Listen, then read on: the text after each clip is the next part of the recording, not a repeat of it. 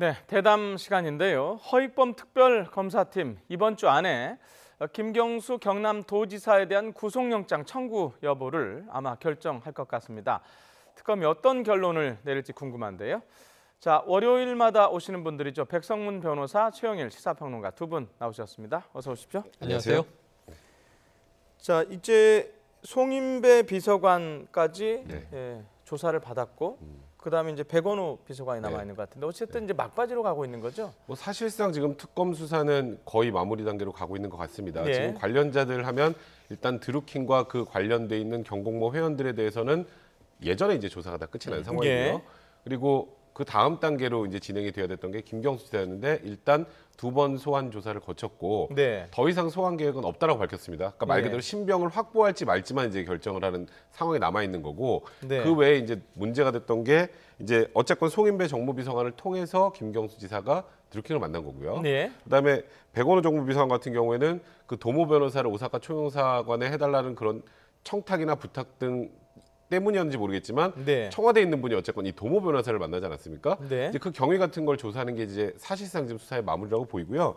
결국 뭐 지금 분위기로 봐서는 이제 특검 기간의 연장은 그렇게 크게 고려하지 않고 있었다고 하던 그 허위법 특검이 직접 그런 얘기를 했죠. 네. 그런 수순대로 특검 기간은 연장이 되지 않고 그냥 수사가 마무리되는 그런 이제 수순이 아닌가 지금 현재는 그렇게 보이는 상황입니다. 예.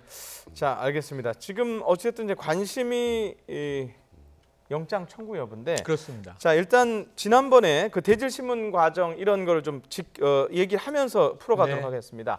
자, 김경수 지사의 얘기를 들어보고 차근차근 풀어가겠습니다.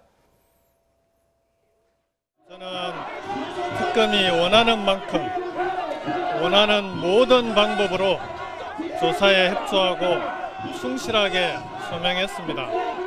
이제는 특검이 어떤 정치적 고려도 없이 오직 진실에 입각해서 합리적이고 공정한 답을 내놓을 차례라고 생각합니다. 예, 그 일반적인 피의자와는 다르다 이런 얘기를 저희가 이제 여러 번 네, 했었는데 피의자가 특검을 압박하는 저 장면이 참 저는 인상적이거든요. 그래서 허특검 측에서는 네. 상당히 좀 이렇게 혀를 차는 모습을 보이기도 했어요. 개탄스럽다. 네. 왜냐하면 일반적으로 피의자 신분으로 공직자이지 않습니까? 광역지사인데 네. 어쨌든 이렇게 특검에 들락날락하게 될 때는 국민이나 도민들께 송구스럽다. 이런 네. 인사는 보통 인사치레로 하거든요. 네. 근데 이제 1차 소환 들어갈 때 나올 때, 2차 소환 들어갈 때 나올 때 모두 이게 당당하고 결백하다는 입장을 보였기 때문에 그건 저는 김경수 지사의 전략으로 봅니다. 왜냐하면 본인은 무고하고 당당한데 특검이 정치 특검으로 오라가라 하는 것인데 자신은 응하겠다. 이제 이런 모습을 보여주기 위한 제스처라고 보죠. 그렇기 때문에 뭐 송구하다, 죄송하다, 조금이라도 잘못을 인정하는 발언은 안 한 것으로 보여지는데 네. 2차 소환 후에 좀 안타깝게 폭행이 있었습니다. 폭행치상 정도로 이제 보여지는데요. 네. 그런데 이제 그건 뭐 이제 그것대로 처리될 문제이고 네. 어쨌든 김경수 지사는 초지일관 당당한 모습인데 네.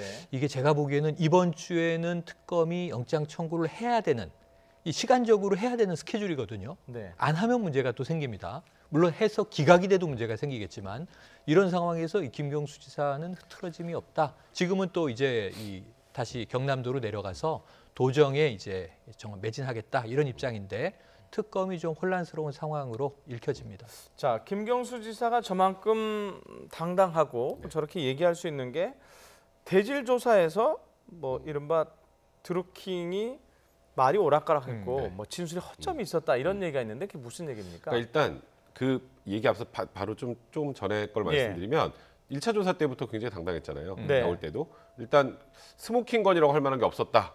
김경수 지사가 보기엔 네. 이게 일단 첫 번째고 두 번째는 사실 대질 신문을 한다는 것 자체가 특검이 객관적 증거가 부족하다는 의미입니다. 네. 뭐 객관적 증거인데 뭐하러 대질을 굳이 하나요? 그러니까 아. 대질을 통해서 진술이 무언가 앞뒤가 안 맞는 걸 찾아내려고 이제 대질 신문을 한 건데 네. 그것도 통상 당사자가 안 해도 되는데 김경수 지사가 하겠다고 응했죠. 그래서 진행이 됐는데 이제 문제는 이제 굉장히 중요한 이제 부분에 대해서 드루킹의 진술이 번복이 됐어요. 네. 그러니까 이 번복이 됐다는 의미가 그 킹크랩이라는 프로그램을 시연했던 그게 이제 매크로 이제 프로그램 아니겠습니까? 네. 그걸 시연을 했다는 2016년 11월 9일에 예. 이제 드루킹이 최초에는 이제 그 조선일보에 이제 옥중 편지를 보낼 때 이렇게 얘기했습니다. 야, 그거 여러 명이 다 목격해서 그 김경수 지사 어떻게 못할 거야.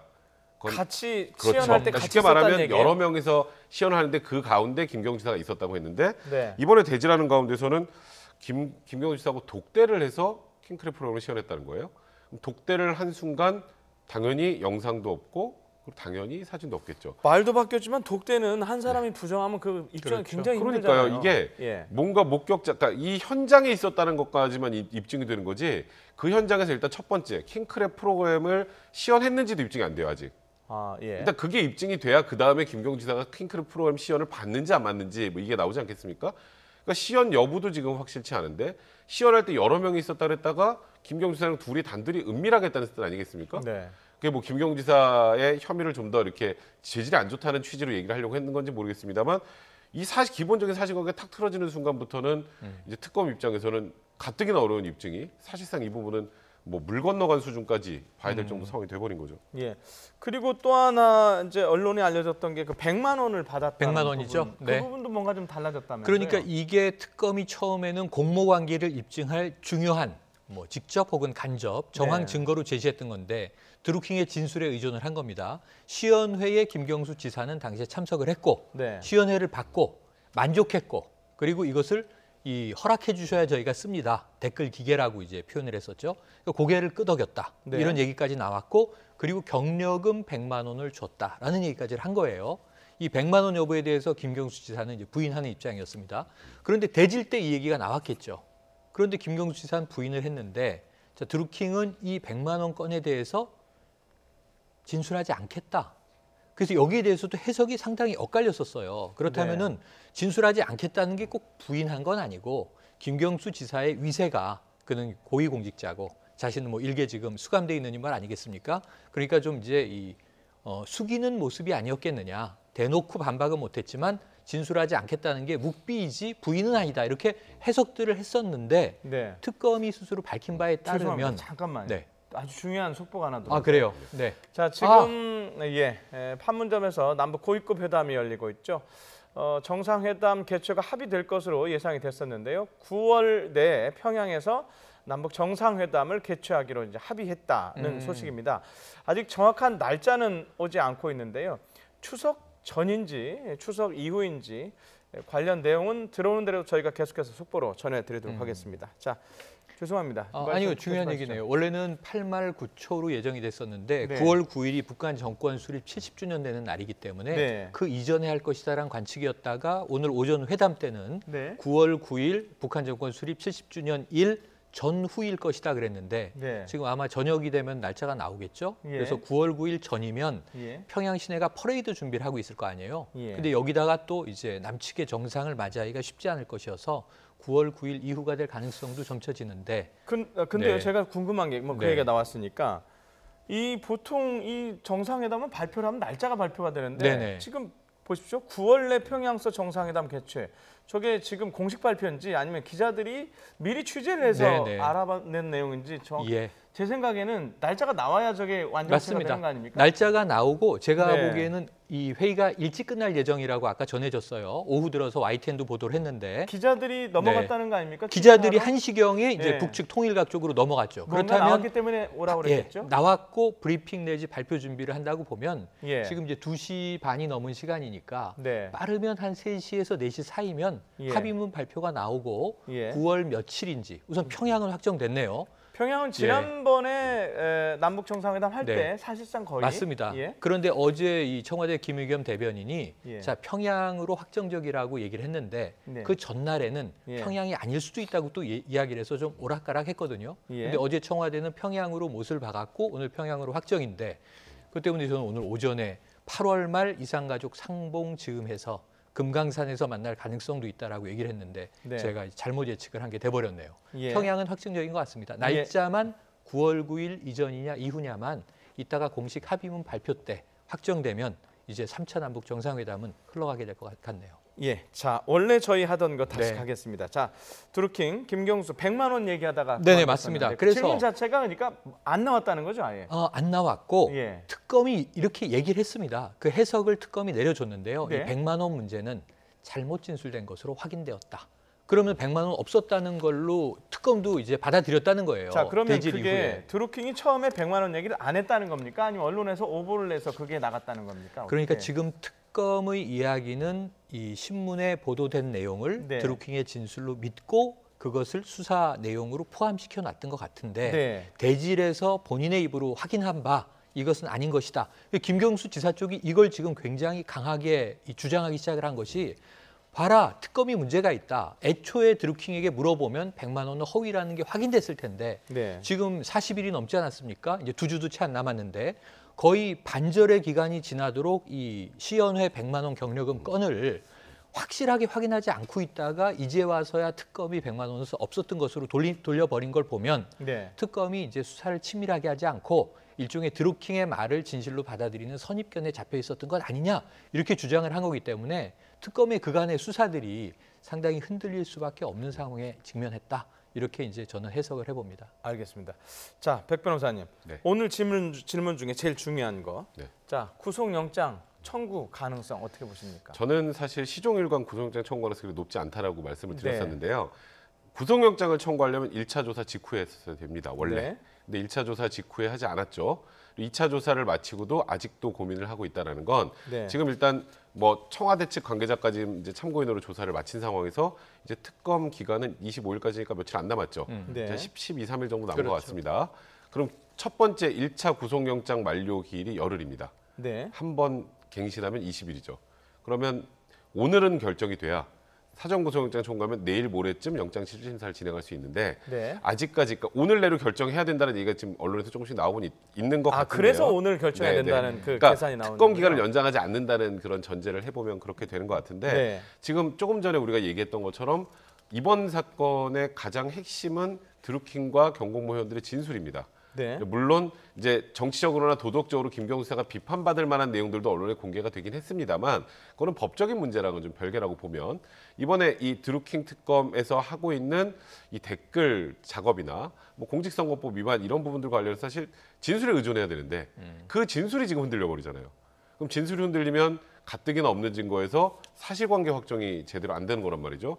그러면 영장을 청구해도 기각될 가능성이 굉장히 높습니다. 지금 상황에서. 네. 그러면 이제 특검에서 저는 안 할 거라고 보는데 이제 두 가지 가능성인데 하나는 김경수 지사의 구속영장 청구를 하지 않으면 너무 봐주기 논란 때문에 우리가 또 비난을 받을 소지가 있다라고 해서 발부 가능성이 크지 않은 영장을 청구하는 경우. 근데 저는 그럴 거보다는 네. 영장이 기각될 가능성이 높으면 그냥 나머지 증거를 좀 더 다른 걸로 보강을 해서 불구속으로 기소하는 방향으로 이제 선회할 가능성이 높지 않을까 저는 개인적으로 생각됩니다. 불구속 기소. 네.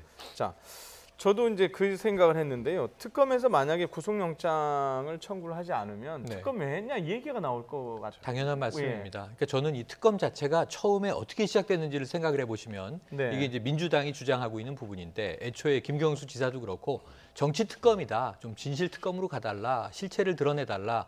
이게 사실 이 송인배 비서관도 똑같은 얘기를 했습니다. 네. 그런데 이게 왜 그런 거냐면 특검이 필요하냐 아니냐에 대해서 특검 필요성을 주장한 거는 야권이잖아요. 예. 야당들이 주장을 했는데 그때 김성태 자유한국당 원내대표가 단식까지 하고 심지어는 괴청년이 와서 폭행하는 사태까지 벌어지고 여러 가지 이상한 정황 사이에서 이 우원식 원내대표에서 지금 이제 홍영표 원내대표로 바뀌면서 특검을 받아들였단 말이죠. 네. 여야가 이제 협치를 국회에서 하자. 국회가 그때 보이콧으로 교착 상태였습니다. 네. 그러면서 이제 특검을 받고 국회가 풀렸던 거거든요. 그럼 이게 정치적인 압력에 의해서 특검이 만들어졌는데 허익범 특검의 입장을 제가 감정이입을 해보면요. 지금 굉장히 고통스러운 이제 심리 상황일 텐데 영장도 청구하지 않는다? 그럼 이제 특검 왜 했나? 이게 나오는 거예요. 불구속 기소는 경찰이 하면 안 되나요? 사전에 조사 다 했는데 검찰이 하면 안 되나요? 뭔가를 잡아내기 위해서 김경수 지사의 이 관련성이 드러나면서 몸통은 김경수인데 더 윗선으로 타고 올라갈 수 있을지도 모른다. 이런 정치적인 추정으로 이제 특검이 시작된 거예요. 근데 김경수 지사도 넘어서지 못한다. 이거는 허특검 입장에서 상당히 이제 이 야권의 비난에 직면할 거고 아까 말씀하신 대로 봐주기가 될 겁니다. 근데 영장 청구를 해서 기각이 되면 그 책임은 법원과 나누게 되죠. 기각한 건 법원이니까. 네. 우리는 이게 분명히 구속사유로 하고 보고 우린 있는 거 다 해서 청구했는데 법원이 기각했다. 네. 그러면 허특검 입장에서 약간의 면피할 수 있는 완전히 면피는 안 되겠지만 여지가 있는 거죠. 그래서 이게 굉장히 정치적으로 지금 돌아간다는 안타까운 생각이 드는데 저는 되든 안 되든 영장은 청구할 수밖에 없다. 오늘 내일 영장 청구는 이루어질 가능성이 높다 이렇게 봅니다. 예. 자, 어쨌든 지금 정치권에서는 특검의 기간 연장을 두고 지금 상반된 목소리가 나오고 있습니다. 잠깐 들어보도록 하겠습니다. 야당은 자신들이 주장했던 특검의 문제점은 직시하지 못하고 수사기간 연장 요구로 정치 공세를 할 궁리만 하고 있는 것입니다. 국민들은 지금 드루킹 특검 수사가 아직 절반도 채 못 미쳤다고 이렇게 다들 판단하고 있습니다.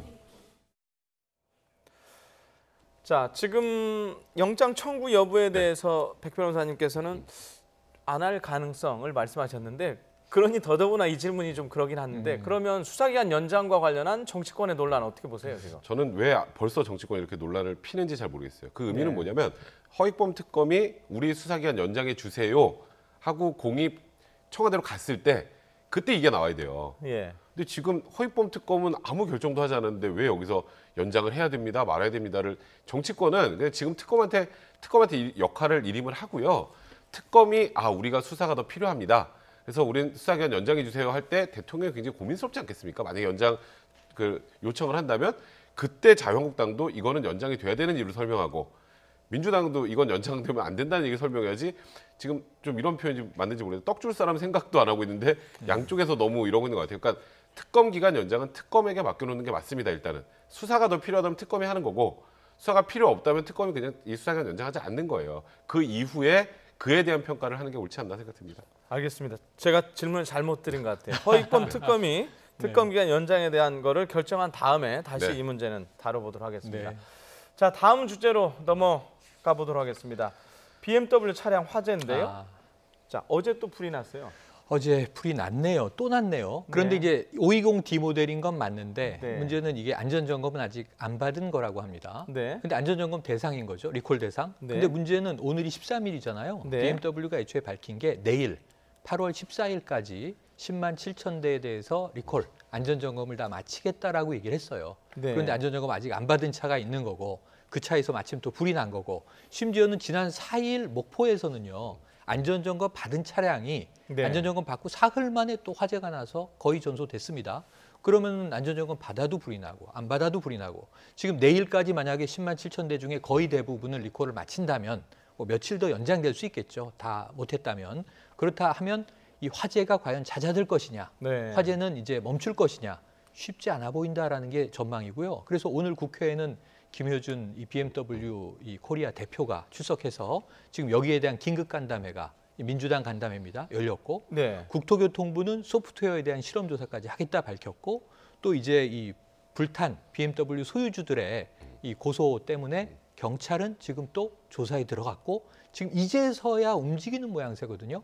그럼 앞으로 일정 기간이 흐른 후에 이 진상이 밝혀지지 않겠는가 싶은데 그 사이에 BMW 차를 모으는 분들이 가장 불안할 것이고 또 옆을 함께 주행하는 다수 운전자들이 불안할 것이고 국민들이 참 이 BMW 때문에 고생이 많습니다. 네. 자, 국회 말씀하셨는데 지금 뭐 불자동차, 화차, 네. BMW 포비아 또 이런 얘기도 BM 또 분류 이렇게 또 부르시는 분들도 있는데 자, 지금 상당히 상황이 심각한 거 아닙니까? 그러니까 지금 이게 차량 불이 거의 하루에 한 대, 많으면 하루에 두 대도 그렇죠. 매일 나지 않습니까? 거의 네. 동일한 제조 회사에서 나온 차들에 계속 불이 나고 있는데 조금 전에 말씀하셨던 것처럼 이게 처음에 단순하게 그냥 BMW 불이 났습니다의 뉴스가 아니라 네. 이제는 BMW가 지나가면 불안한데 BMW 주차도 하지 마세요. BMW는 따로 주차하세요. 뭐 요즘에는 이제 소위 이제 일반 국민들도 BMW만 보면 일단 약간 이렇게 움찔하는 현상이 생길 수밖에 없었어요. 약간요. 예, 그런 게 네. 있어요. 예. 거기다가 이제 우려를 하는 거는 안전 진단을 받지 않고 명백하게 이제 사고가 나지 않을 거라고 생각한 차들이 만약에 주유소 같은 데 들어가는 과정에서 불이 났다고 생각을 해보세요. 터널 안에서 불이 났다고 생각해보세요. 그거는 사고의 여파가 어마어마합니다. 그러다 보니까 지금 이 부분을 빨리 해결은 해야 되는데 이제 BMW 측이 일단 당초에 밝힌 건 그 배기가스 저감 장치의 문제로 지금 화재가 발생하는 거라고 하는데 문제는 그 같은 부품이 우리나라 국산차에도 쓰인다고 지금 알려져 있는 상황입니다. 그래서 아까 조금 전에 우리 리포트에서 본 것처럼 이거 소프트웨어를 조작한 게 아닌가라는 얘기가 지금 또 나오고 있는 거거든요. 네. 그러다 보니까 긴급 안전진단을 마친 차량이 과연 나갔을 때 문제가 없을 것인가에 대해서 의구심을 표시하는 분들이 굉장히 많아요. 이제 이게 잦아들기 시작을 하려면 이제 내일까지 긴급 안전진단을 마치고 지금 국토부에서는 내일까지 이제 마치지 않은 차량들은 운행 중지, 운행 정지도 검토하겠다는 입장인데 이제 안전 진단을 마친 차들이 돌아다니면서 화재가 좀 잦아든다면 이 사태가 조금은 진정될 수 있는데 만약에 또 다시 화재가 발생하기 시작을 한다면 이 사태는 지금 걷잡을 수 없는 상황으로 갈 것 같습니다. 예. 자, 그래서 저희가 지금 경찰 수사를 주목을 해야 되는데 이제 수사가 지금 진행되고 네네, 있는데 그렇습니다. 그 원인과 관련해서 BMW가 아직 원인을 정확하게 모른다고 네. 그랬는데 그게 아니고 이미 알고 차를 바꿨다. 그래서 네. 그게 520D 신형을 지금 맞습니다. 주목하는 것 같은데요. 그렇습니다. 그러니까 예. 경찰 조사의 핵심은 뭐냐면요.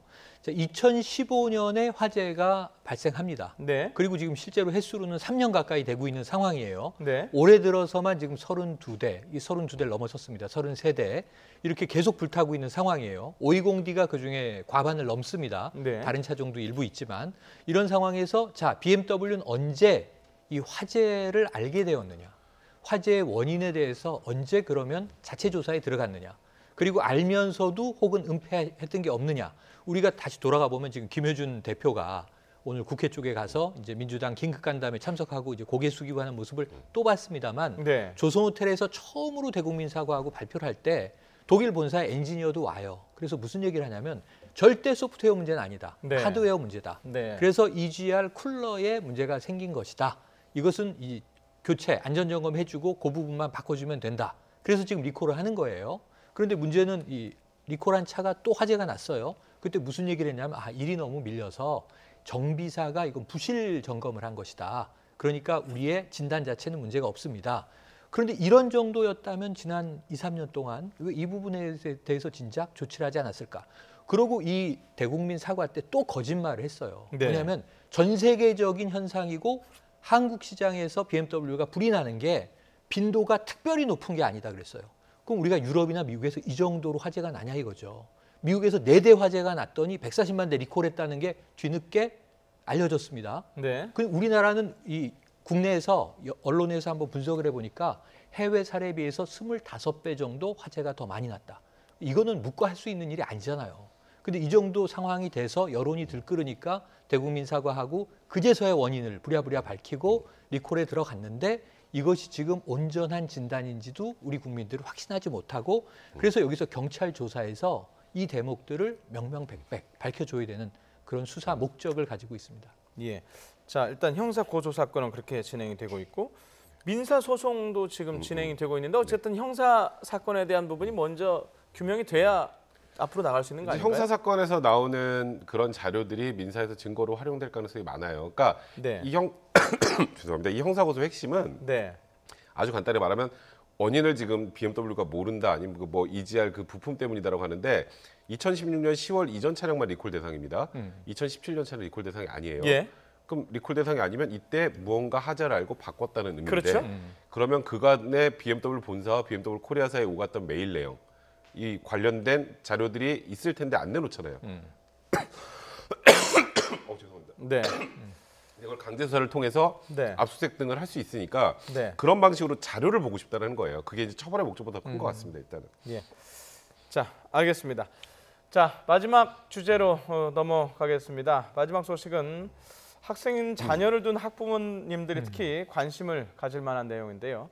한 고등학교에서 쌍둥이 자매가 있는데요. 동시에 전교 1등을 했습니다. 근데 아빠가 이 학교 선생님이었습니다. 자, 이게 어떤 저는 좀 건지 일단 놀라운 좀 얘기인데요. 예. 제가 그냥 있는 그대로 객관적인 팩트만 예. 말씀드릴게요.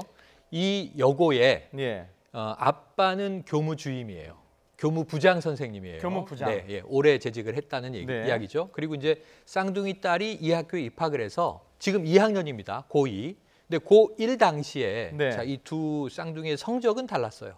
뭐 쌍둥이라 이제 외모는 똑같겠지만 다 성향과 성적 다른 거 아닙니까? 네. 한 딸이 이 전교 1학년 1학기 때 네. 전교 59등입니다. 네. 그런데 2학기 때 전교 5등이 됩니다. 예. 상당히 성적이 올라갔죠. 그리고 이제 2학년 1학기 지금 시기에 이 학생이 전교 1등을 합니다. 예. 자, 그리고 이제 또 다른 쌍둥이 딸이 하나 있어요. 네. 이 1학년 1학기 때 전교 121등입니다. 네. 그리고 이 두 번째 학기에 전교 5등을 합니다. 네. 그러고 나서 1등을 합니다. 예. 그러니까 2학년 1학기 돼서 쌍둥이가 똑같이 1등을 했잖아요. 네. 문과, 이과 전교 1등이라는 거예요.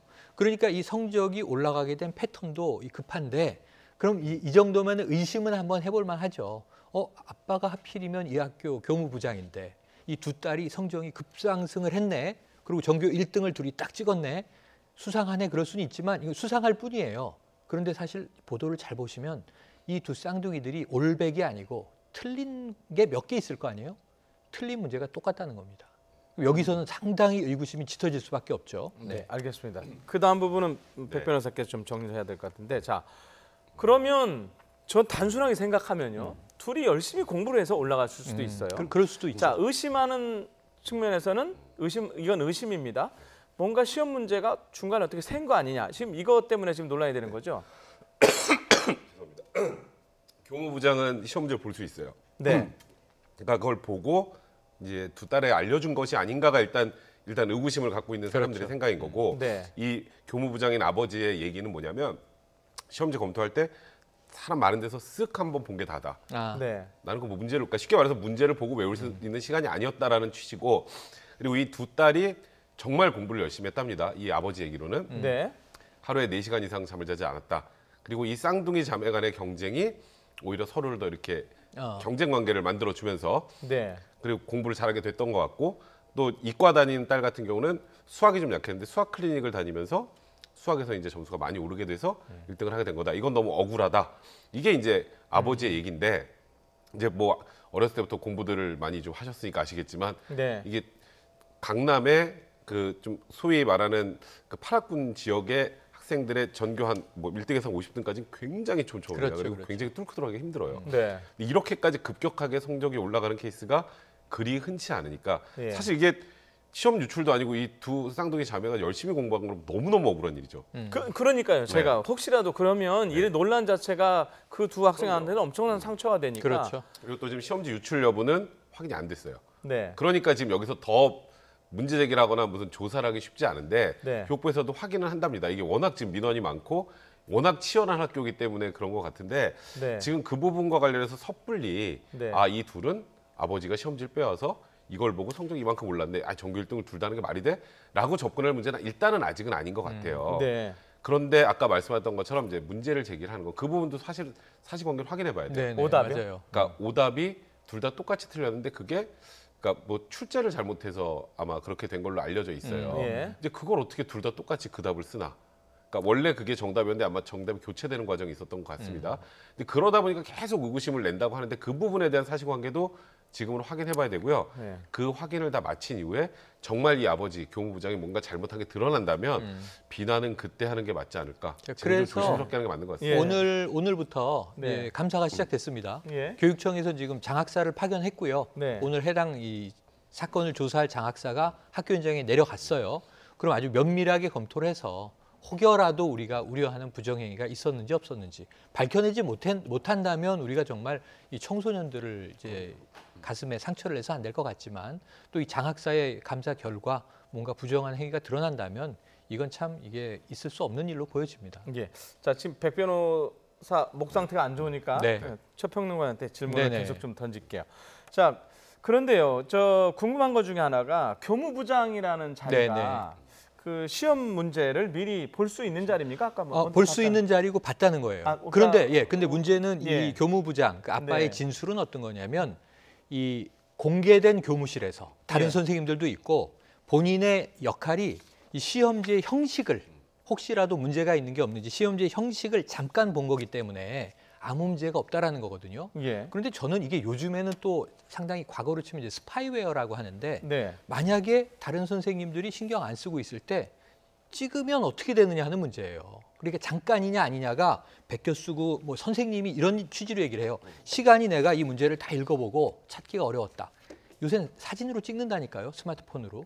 그런 행위가 만약에 있었다면 어떡하냐라는 걱정도 있는 거고, 지금 의심을 하자면 뭐 의심을 여러- 하자면 네, 그래서 예. 이런 것들 때문에 지금 심지어는 제도적인 문제까지 민원이 쏟아진 게, 청와대 또 이 등장하는 이 민원 청원 게시판에 네. 어떻게 부모와 자식이 한 학교에 있느냐, 네. 부모가 선생님으로 있는 학교에는 자녀는 못 가게 해야 되는 게 아니냐. 근데 이게 공립학교는 그렇게 돼 있어요. 맞아요. 근데 우리나라는 그래요? 사립학교가 많아요. 사립학교는 이 규제가 적용이 안 돼요. 그러니까 그래서 보면요, 제가 이 학창 시절에도 네. 이 주변 학교들에 제 친구가 그 아버님이 재직하신 학교 다니는 경우 있었습니다. 공립, 사립 그땐 다. 네. 그런데 별 문제 없고요. 이 자녀들은 보통 저희 때는 부모가 있는 걸 더 어려워했어요. 왜냐하면 마음대로 이제 행동할 수 없으니까 더 아무개 아들이라며 하는 이제 이런 근엄주의 때문에. 그리고 또 하나는 우리가 응답하라 1988 보세요. 그 드라마 보면 그 학생 주임 선생님 아들이 같은 학교 다니면서 주눅 들어 있는 장면들이 나오는데 네. 그거 보면서 아, 우리 저 젊을 땐 옛날엔 그랬지 이렇게 다 또 공감을 하거든요. 근데 이제 지금은 너무 이 대입에서 성적 문제가 민감해지다 보니까 아까 말씀하신 강남 8학군 정말 다른 학생과 다른 학부모의 의구심을 이 저 교육청에서 감사로 완전히 떨쳐낼 수 있을지 네. 다소 좀 걱정도 있습니다. 이게 예. 말씀드리면 아까 뭐 카메라 얘기를 하셨는데 그거는 현실적으로 힘들어요. 사람들이 있는 공간에서 교무부장이 핸드폰을 들어서 그 찰칵 요즘에 소리 나거든요. 네. 그게 안 나서 이렇게 카메라가 보더라도 한 페이지만 찍는 게 아니고 너무나 많은 걸 찍어야 되기 때문에 그건 현실성이 없는 거고. 네. 그러니까 이거는 제일 중요한 건 시험 유출이 있었는지 찾는 거예요. 그러니까요. 그 조사는 거기에 네, 집중이 돼야 거기에 되는 집중될 거죠. 수밖에 없어요. 맞아요. 그리고 이 지금 이 교무부장 이 아버지의 얘기처럼 정말 시험지를 검토할 때 형식적 오류만 체크를 할 때 사람들이 많이 있었는지 그거 사실관계 확인해야 되고요. 그리고 교무부장이라는 직책이 이제 그러니까 시험지라는 게 원래 굉장히 엄격하게 관리가 돼야 되는데 얼마 전에 한번 광주에서도 한번 시험지가 유출돼서 지금 부모가 구속된 사태가 있지 않았습니까? 그렇죠. 네. 교무부장이 지금 이 시험지에 접근하는 게 자유로운지 끄집어 내올 수 있고 복사하고 그럴 그 시스템이라는 게 있잖아요. 이제 어떻게 지금 이 학교는 시험지를 관리하는지 그걸 체크하면 됩니다. 그러니까 거기서 만약에 아무 문제가 없다고 나오면 이거는 이 쌍둥이 자매를 그냥 맹목적으로 비난하면 안 돼요. 이거는 그래서 제가 말씀드렸던 것처럼 예. 굉장히 좀 조심해야 될 문제가 아닌가 싶습니다. 그러니까 자 다시 정리를 하자면 뭔가 오류, 문제가 있었을 수도 있지만 정말로 공부를 열심히 그렇죠. 해서 올랐을 가능성도 저희가 절대 배제하면 안 그렇습니다. 되는 상황인 것 같습니다. 자, 세 가지 주제에 대해서 말씀을 들어봤는데 여기까지 듣도록 하겠습니다. 자, 백성문 변호사, 최영일 시사평론가 고맙습니다. 고맙습니다.